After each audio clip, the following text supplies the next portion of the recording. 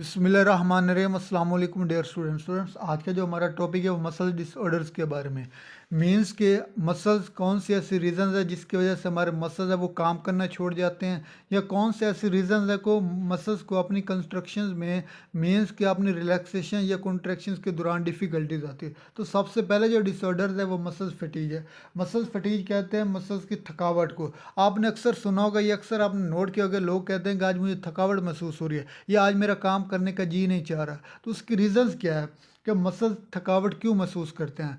Muscles की inability को, काम करने की इनएबिलिटी को हम कहते हैं muscles fatigue. The physiologically inability of muscles to contraction means के मसल की कॉन्ट्रैक्शन जो फिजियोलॉजिकली चेंजेस की वजह से हो उसे हम कहते हैं मसल फटीज। अब इसके काजेज क्या है, ये क्यों करती है, इसकी रीजंस क्या है। इसकी रीज़न ये है कि अगर हमारे बॉडी के अंदर एटीपी का लेवल कम हो जाए तो हमारी बॉडी जो मसल्स होते हैं वो फटीज करने लग जाते हैं, मीन्स को थकावट होने लग जाती है। Muscle fatigue result from lack of ATP. ATP का लेवल कम होने की वजह से हमारे मसल्स फटीज करते हैं। अब इसका इफेक्ट क्या है, लेवल ऑफ एटीपी क्यों कम होता है। हमने जो लास्ट टॉपिक डिस्कस किया था उसके अंदर हमने ये डिस्कस किया था कि एक्टिन और मायोसिन प्रोटीन, मीन के थिन और थिक फिलामेंट्स की जो प्रोटीन्स है एक्टिन और मायोसिन प्रोटीन, इनको आपस में ओवरलैप करने के लिए हमें क्रॉस ब्रिजेस रिक्वायर्ड था। क्रॉस ब्रिजेस ने क्या करना है, एटीपी की मदद से उनको थिन मायोसिन और एक्टिन प्रोटीन को आपस में ओवरलैप करना है। अगर एटीपी रिक्वायर्ड ना हो तो क्रॉस ब्रिज अपना काम नहीं कर सकेगी। Cross no ATP available means कि अगर हमारे बॉडी के अंदर एटीपी ना हो तो जो cross bridges are unable to detach. Cross bridges ने एक्टिन और मायोसिन प्रोटीन्स को दोबारा अनएबल हो जाएगी, दोबारा डिटैच नहीं कर सकेगी, दोबारा ओवरलैप नहीं करेगी। जब दोबारा ओवरलैप नहीं करेगी तो उस कंडीशन को हम कहते हैं कॉन्टीन्यूस कॉन्ट्रैक्शन, मीन्स के कॉन्ट्रैक्टिव कंडीशन। अगर जो हमारे मसल्स है वो रिलैक्स कंडीशन में है और क्रॉस ब्रिज को एटीपी रिक्वायर्ड नहीं तो हमारे मसल रिलैक्स ही रहेंगे। अगर कॉन्ट्रैक्टिव फॉर्म में मीन्स कॉन्ट्रैक्ट हुए हुए हैं तो अगर उस कंडीशन में उस वक्त हमारे क्रॉस ब्रिज को एटीपी ना मिल रही हो तो उस वक्त जो हमारे क्रॉस ब्रिज है वो काम नहीं करेगी और हमारे मसल्स कॉन्ट्रैक्ट ही रहेंगे। इस कंडीशन से बचने के लिए फिल फॉर हमारे बॉडी के अंदर जो एमरजेंसी सिचुएशन है, वो एमरजेंसी इन्वायरमेंट है वो एक्टिव हो जाता है। उन्होंने क्या करना है, उन्होंने हमारे बॉडी के अंदर जो एक्सेस अमाउंट में एनारोबिक रिस्पायरेशन होगी उसकी ब्रेक डाउन करेंगे और ग्लूकोज की एनारोबिक रिस्पायरेशन के अंदर ग्लूकोज की ब्रेक डाउन करेंगे। जब ग्लूकोज की ब्रेक डाउन होगी तो हमारे बॉडी के अंदर जो लैक्टिक एसिड है उसकी प्रोडक्शन ज़्यादा हो जाएगी। जब लैक्टिक एसिड की प्रोडक्शन ज़्यादा होगी तो लैक्टिक एसिड है जिसकी वजह से हाइड्रोजन आयंस ज़्यादा आउट हो, बॉडी में concentration of hydrogen ions is increase हो जाएगी। जब हाइड्रोजन आयंस की कंडीशन कंसंट्रेशन इंक्रीज होगी तो हमारे जो बॉडी के अंदर पीएच लेवल है वो लो हो जाएगा। जब बॉडी के अंदर पीएच लेवल कम होगा तो जो हमारे इंजाइम होते हैं, हमने पढ़ा था कि इंजाइम होते हैं उनको काम करने के लिए स्पेसिफिक पीएच रिक्वायर्ड होता है। जब इंजाइम को पीएच नहीं मिल रहा होगा जिस पीएच में उन्होंने काम करना है तो जो इंजाइम होंगे वो अपना काम करना छोड़ देंगे। जब इंसान अपना काम करना छोड़ जाएंगे तो जो हमारे मसल्स हैं उनके हमें अंदर दर्द महसूस होने लग जाएगी। इस कंडीशन को हम कहते हैं unable to contract of muscles. जब क्रॉस ब्रिज अनेबल होगी तो उस अनेबल कंडीशन से बचने के लिए हमारे बॉडी के अंदर जो इमरजेंसी सिस्टम है उसने क्या करना है, excess anaerobic respiration break down of glucose. Excess anaerobic respiration है ग्लूकोज की ब्रेक डाउन कर देनी है। जब ग्लूकोज की ब्रेक डाउन होगी तो एकमुलेशन ऑफ लैक्टिक एसिड, हमारे बॉडी के अंदर लैक्टिक एसिड की प्रोडक्शन ज़्यादा हो जाएगी, मीन्स के एक्सेस अमाउंट में हो जाएंगे। जब लैक्टिक एसिड एक्सेस अमाउंट में होंगे तो लैक्टिक एसिड है, एसिड की वजह से जो हाइड्रोजन आयन है उसकी कंसंट्रेशन ज़्यादा हो जाएगी। जब हाइड्रोजन आयंस की कंसंट्रेशन ज़्यादा होगी तो जो आयनिक इन्वायरमेंट है हमारे बॉडी के अंदर वो इम्बैलेंस हो जाएगा और साथ ही जो बॉडी के अंदर पीएच लेवल है वो ड्रॉप हो जाएगा।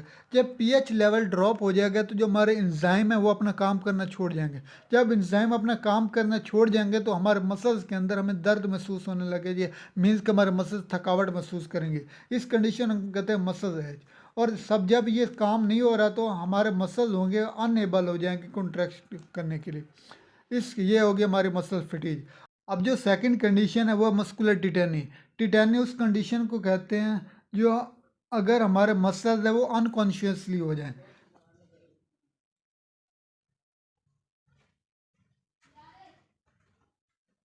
अनकॉन्शियसली का मीन्स क्या है, मीन्स कि अगर हमारे मसल्स है पहले अपने रूटीन के मुताबिक मूवमेंट कर रहे हैं, लेकिन इस कंडीशन में हमारे जो मसल्स अगर इन्होंने मूव करना तो ये ज़्यादा कंडीशन में इस तरह मूव करना स्टार्ट कर देंगे।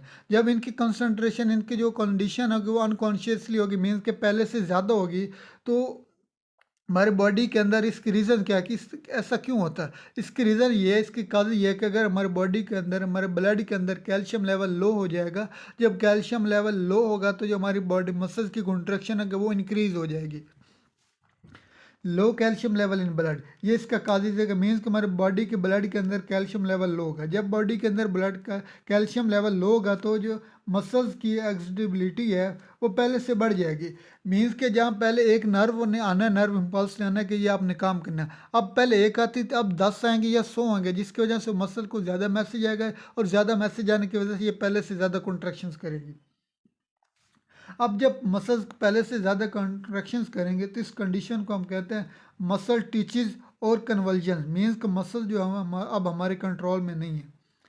अब जो थर्ड पॉइंट है वो लॉस ऑफ सेंसेशन है। लॉस ऑफ सेंसेशन उस कंडीशन को कहते हैं, अगर आपको कॉमन एग्जांपल दूं, अगर हम किसी शख्स को बार बार डांटते रहें, बिला वजह डांटते रहें तो ढीठ हो जाता है, मीन्स कि अब उसके ऊपर डांट का कोई असर नहीं पड़ेगा। इसी तरह जब हमारे मसल्स होंगे, पहले उन पे आई एक नर्व इम्पल्स, अब 10 आई, फिर 100 आई, फिर 200 आई, जब उन पे अंदर नर्व इम्पल्स बार बार आते रहेंगे तो वो अब ढीठ हो जाएंगे। अब नर्व इम्पल्स को रिस्पॉन्स देना ही छोड़ देंगे। जब नर्व इम्पल्स को रिस्पॉन्स देना छोड़ देंगे तो इस कंडीशन को हम कहते हैं लॉस ऑफ सेंसेशन। अब उन्होंने नर्व इम्पल्स को सेंस ही नहीं करना। ये जो कंडीशन अगर बढ़ जाए, मीन्स कि इसे कंट्रोल ना किया जाए, तो ये इंसान है वो डेथ की तरफ अब मूव करना स्टार्ट कर देगा। If untreated disease progress to death, अगर इसे हम अनट्रीट करें, मीन्स इसको कोई अभी तक इलाज ना करें, तो ये जो इंसान है, ये शख्स है जिसको ये लाक हो, वो डेथ की तरफ प्रोग्रेस करेगा। अब ये जो मस्कुलर टिटैन है, ये ज़्यादातर जो हमारे लैरिंक्स मीन हमारे हमारे जो रिस्पायरेटरी सिस्टम है, इसको ज़्यादा ये इफेक्ट करता है। जब हमारे रिस्पायरेटरी सिस्टम को इफेक्ट करता है तो हमारी सांस लेने में दुश्वारी होती है, और जो इट लीड टू डेथ, ये डेथ की तरह इंसाफ को लीड करता है।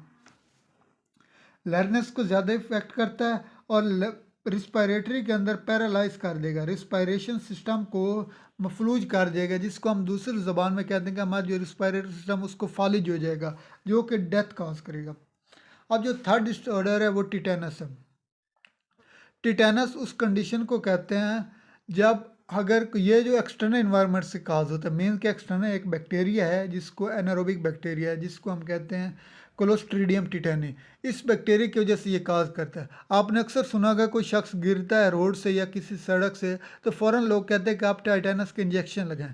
तो उसके रीजंस क्या, मीन्स कि ये जो बैक्टीरिया है ये अपना इन्फेक्शन ना बढ़ा, अपना इन्फेक्शन इंक्रीज ना कर सके, इसके इन्फेक्शंस को रोकने के लिए फ़ौरन टिटेनस का इंजेक्शन लगाया जाता है। Tetanus is use for infections, tetanus use infection के लिए यूज होती है काज्ड बाय एनारोबिक बैक्टीरिया, एक बैक्टीरिया जिसका नाम anaerobic respiration. Important MCQs, anaerobic bacteria की वजह से टिटेनस काज करते हैं। उस बैक्टीरिया का नाम क्या है, क्लोस्ट्रीडियम टिटेनियम। अब इसके इफेक्ट क्या है, मीन्स के टिटेनस को जब इन्फेक्शन हो गया तो इन्फेक्शन के बाद इसके इफेक्ट क्या है, ये जो इसने क्या काम करने हमारी बॉडी के, ये जो टिटेनस है इसने ज़्यादातर जो हमारे इफ़ेक्ट करना है वो हमारे नेक रीजन, हमारे जाज को, हमारे जबड़े, इन पोर्शन को इन्होंने ज़्यादा इफेक्ट करना है। प्रिसेशन स्पाम्स कहते हैं अनकॉन्शियसली कंडीशन, मीन्स कि जो हमारे कंट्रोल में ना, ऑफ सम मसल्स, कुछ ऐसे मसल्स को ये इफेक्ट करेगी जो हमारे कंट्रोल में ना होंगे। ये सबसे पहले जो स्टार्ट होती है बिगेन विद स्टिफनेस ऑफ जाज, हमारे जाज को, हमारे जबड़ों को हैं उनको सख्त कर देगी, स्टिफनेस कहते हैं सख्त को, उनके अंदर सख्ती आ जाएगी, मीन्स कि हमारे मसल्स को, हमारे चेहरे, हम अपने मुंह को खोलने और बंद करने में हमें तकलीफ होगी, डिफ़िकल्टीज होगी, हमारे जो मसल्स होंगे पहले से ज़्यादा स्टिफ हो जाएंगे, मीन्स सख्त हो जाएंगे। जब मसल स्टिफनेस होंगे और नेक मसल, ये दोनों जब स्टिफनेस होंगी, तो अगर इस वक्त ये कंट्रोल ना हो, अभी इसकी प्रोग्रेस हो, पहले से ज़्यादा बढ़े, तो ये फिक्स्ड कर देंगे हमारे जाज को, मीन्स हमारे जाज अगर बंद है तो फिर बंद ही रहेंगे, खुले हैं तो फिर खुले ही रहेंगे। इस कंडीशन को कहते हैं लॉक जाज, मीन्स हमारे जाज को, हमारे जबड़ों को लॉक लग जाता है।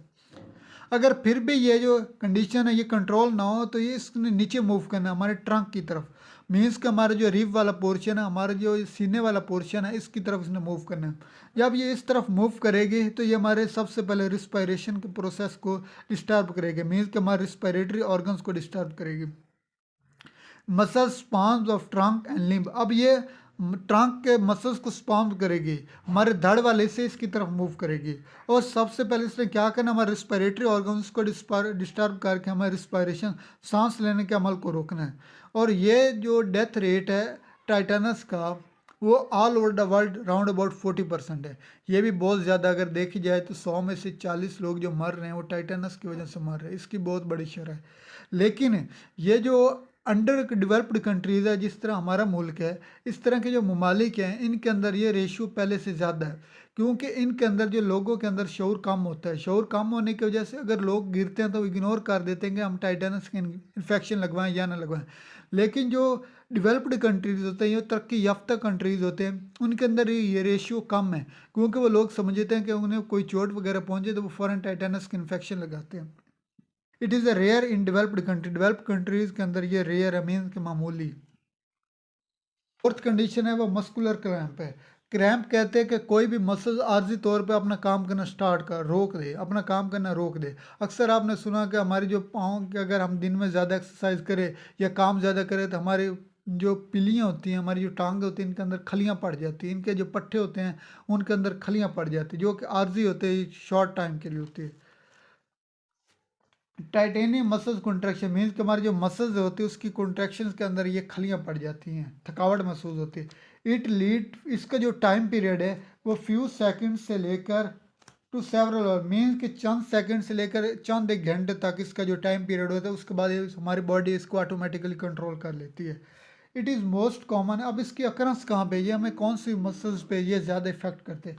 It is most common in thigh and hip muscle, हमारे हिप मसल्स और थाई वाले जो मसल्स हैं इनको ये ज़्यादा इफेक्ट करते हैं, क्योंकि जो हमारे हिप मसल्स है ये ज़्यादा वेट कंट्रोल करते हैं हमारी बॉडी को, और हमारे जो थाई मसल्स है ये हमारी बॉडी का, इन पर वेट ज़्यादा होता है अगर हम दूसरी बॉडी के पार्ट्स की कंपेयर करें तो। अब इसकी जो अकरंस है वो तकरीबन अक्सर हमने नोट किया कि लोगों को जो पाँव में जो पिलियों में जो खल्ले जो पड़ती है ना, ये रात के वक्त होते हैं, मीन्स के नाइट के फॉर्म में होती है। अक्सर जब लोग आराम करते हैं तो आराम करने के बाद उन्हें महसूस होता है कि हमारी जो पिल्ली है, हमारी जो टांग है, इसके अंदर खलियाँ पड़ रही है, हमें दर्द महसूस हो रहा है। इसकी रीज़न्स क्या है, ये अक्सर होती है आफ्टर एक्सरसाइज। अगर आप नोट के, अगर आप कभी भी एक्सरसाइज ना करें, ये एक दिन आप पहले से ज़्यादा एक्सरसाइज करें तो आप उसको भी, आपको महसूस होगी कि आपकी टांगों के अंदर खलियाँ पड़ रही है और आपको दर्द हो रही है। अब इसके काजेज़ क्या हैं, ये क्यों होता है। अगर अब फर्स्ट काजेज़ है low blood sugar level, means कि हमारे बॉडी के अंदर ग्लूकोज का लेवल कम होगा। जब ग्लूकोज का लेवल कम होगा तो हमारे ब्लड के अंदर शुगर लेवल कम होगा। तो सबसे पहला काजेज़ है low blood sugar level. Second है इलेक्ट्रोलाइट डिप्लेशन। इलेक्ट्रोलाइट डिप्लेशन में आता है सोडियम आयंस। अगर हमारी बॉडी के अंदर सोडियम आयंस की कंसंट्रेशन कम हो तो उस वक्त भी ये मस्कुलर क्रैम्प होता है। थर्ड है डिहाइड्रेशन। आपने अक्सर सुना भी होगा और आप जानते भी हैं कि जो हमारे एंजाइम होते हैं वो ऑल एंजाइम्स वर्क करते हैं वाटर की प्रेजेंस में। अगर बॉडी के अंदर वाटर की प्रेजेंस ना हो, वाटर कम है, तो जो हमारे एंजाइम हो वो डीनेचर होगी, एंजाइम काम करना छोड़ देंगे। जब एंजाइम काम करना छोड़ जाएंगे तो इस कंडीशन के अंदर भी हमारे जो मसल्स होते हैं उनके अंदर क्रैम्प पड़ जाता है, वो भी दर्द करना स्टार्ट कर जाते हैं, और इस कंडीशन को डिहाइड्रेशन कहते हैं। और जो लास्ट पॉइंट है वो irritability of spinal cord and neurons है। इरिटेबिलिटी ऑफ कहते हैं कि मीन्स के पहले से ज़्यादा जो स्पाइनल कॉर्ड के अंदर अगर न्यूरॉन्स आ जाएं, जो हमारे जो नीचे वाला एरियल पार्ट है हमारे, जो इसके अंदर हमारे जो टांगे आती है, इसके अंदर जो नर्व इम्पल्स आने वो थ्रू स्पाइनल कॉर्ड आनी है, और हमारे आर्म्स या बाकी जो मसल्स हैं इसके अंदर स्पाइनल कॉर्ड के थ्रू नर्व इम्पल्स आनी। लेकिन अगर हमारा जो स्पाइनल कॉर्ड है इसके अंदर इरिटेबिलिटी हो न्यूरॉन्स की, तो उस वक्त भी जो हमारे मसल्स होते हैं वो पेन करना स्टार्ट कर जाते हैं। तो आज का हमारा topic disorder of muscles complete हुआ। अभी तक के लिए इतना, इंशाल्लाह मिलेंगे नेक्स्ट लेक्चर में, तब तक के लिए अल्लाह हाफिज़।